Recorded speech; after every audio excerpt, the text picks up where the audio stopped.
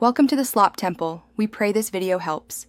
In this video, I will explain how to make dashi and miso soup. First, gather your ingredients: a 10-gram piece of kombu and 10 grams of katsuobushi. Gently wipe the kombu with a damp cloth, but do not wash it, as this removes its natural umami. Place the kombu in 4 cups of cold water and let it soak for at least 30 minutes or even overnight for deeper flavor. Once the kombu has soaked, place the pot over medium-low heat. Watch carefully and remove the kombu just before the water reaches a full boil, ideally around 185 degrees Fahrenheit. Boiling the kombu can make the dashi bitter. After removing the kombu, bring the water to a gentle boil, then turn off the heat and add the 10 grams of katsuobushi. Let it steep for about 5 minutes, then strain the dashi through a fine mesh sieve.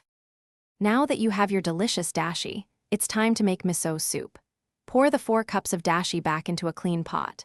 Add any ingredients you like, such as 1/4 of a block of silken tofu cut into half-inch cubes, or a small handful of rehydrated wakame seaweed.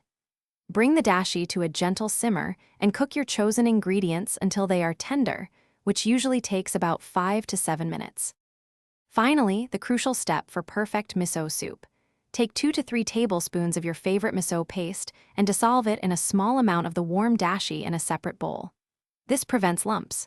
Once fully dissolved, remove the pot from the heat and gently stir the miso mixture into the soup.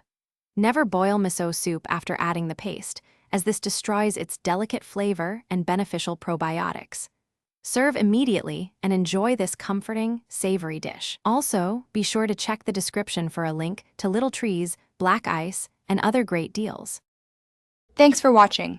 Consider subscribing if we helped you.